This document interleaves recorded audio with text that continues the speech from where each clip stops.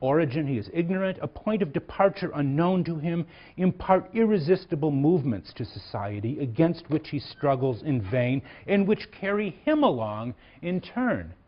There you go. He gives us a list of all of the different determinants of human, surrounding conditions, geography, mores, social position.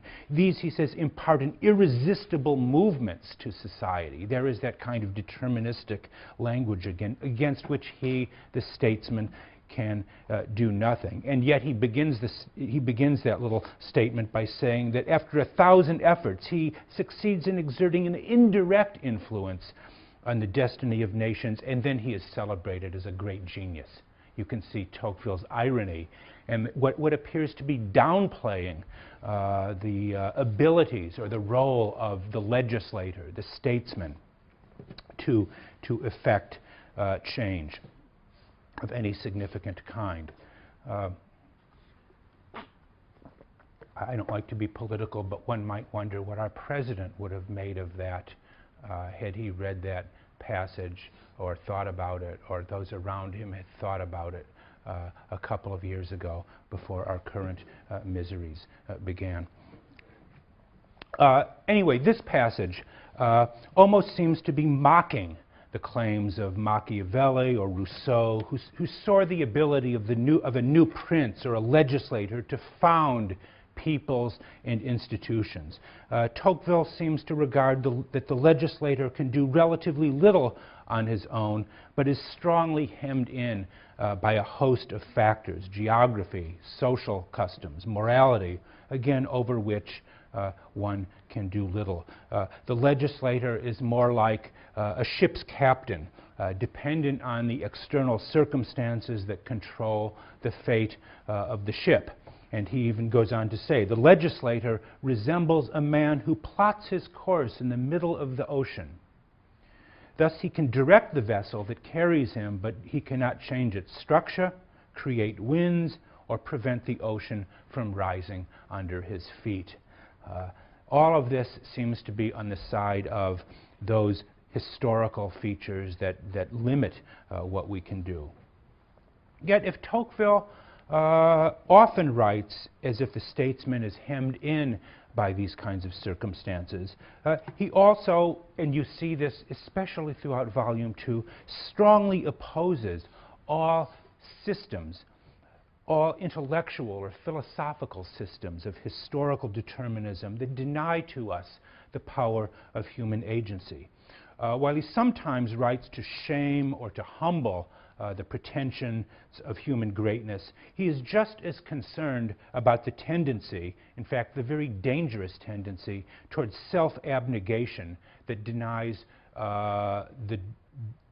the role of the individual in politics and history. He often writes as if it is the peculiarity of democratic times when all peoples are considered equal, and therefore all of us considered equally powerless to effect or change anything. And again, I would ask, who has not felt this way at some time, maybe all the time, that with all of us being, again, more or less equal, no one seems to have the power, a kind of singular power, to effect any great social change. There is one wonderful chapter among others, but I'll just mention one. Look at the chapter, and I can't recall offhand the exact number of the chapter, but the one called on historians, on the role of historians in democratic and aristocratic times, and how he shows us that in aristocratic ages, he's thinking particularly of the ancient world,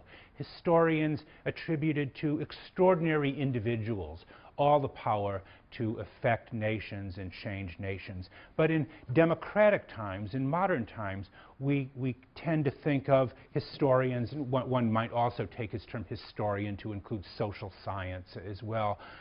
We tend to project systems which deny the power, the unique power of the individual. We are all products of vast, you might say, historical or causal circumstances over which the individual has no control. Think of the way in which Marxism, again, denies the power of the individual. Freudian analysis sees all of our desires and motives as determined by forces over which we have little control. All kinds of economic theories of development, again, which see us all acting under certain kind of uniform rules of human behavior. Where is the room for the individual? That chapter is a wonderful illustration of Tocqueville's general point. So what is then his teaching? And more specifically, what is his advice for the statecraft of the future? And it seems that by the end of the book, Tocqueville is walking on a very narrow tightrope. He wishes to convince his contemporaries that the democratic age is upon us, that the transition from aristocracy to democracy is irreversible, that it cannot be resisted, and that what he calls the democratic revolution is an accomplished fact. And yet at the same time, he wants to instruct us that what form democracy will take in the future will very much depend on will, on intelligence, on what he sometimes calls enlightenment, and especially on individual human agency. What form democracy will take. Democracy may be inevitable. Equality, the age of equality may be inevitable, but democracy is not of all one piece.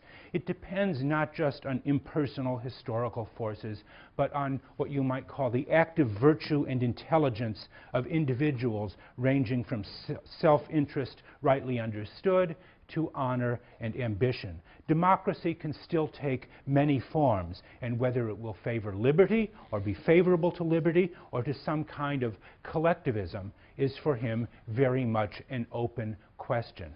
What form democracy will take. And Tocqueville returns to this theme, this very, very important theme, in the very last paragraph of his book.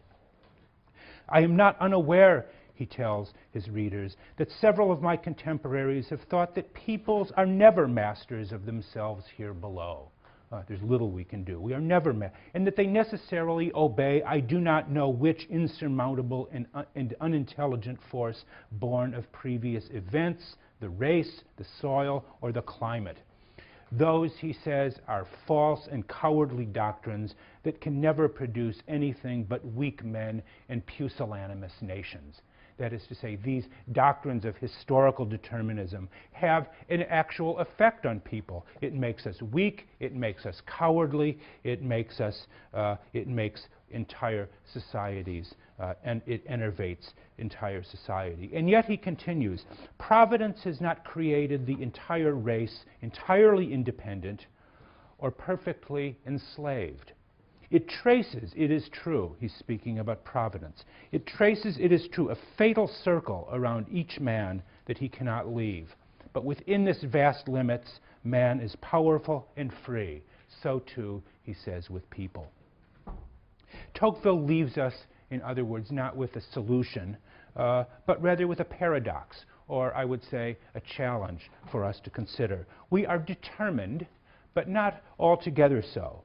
The statesman must know how to navigate the shoals between historical, social, and cultural forces over which we have no say, and those matters of institutional design and moral suasion that are still within our power to effect. Politics, as intelligent people have always known, which is not to say all people, to be sure, but as intelligent people have known, is a medium that takes place within language. It is a matter of providing people with the linguistic and the rhetorical abilities both to construct their pasts and to imagine their futures. It is language, going back to Aristotle, it is logos, it is language that gives us a latitude, an ability to adapt to changing circumstances and to create new ones. Tocqueville provides us, living in a democratic age, with the language to shape the future of democratic societies. What we do with that language, how we apply it to new circumstances and conditions that Tocqueville could never have imagined, will be, of course, entirely up to us. And on that note, I have to end Tocqueville. And Wednesday, I'll see you for our last class, and I'm going to talk about where we go from there.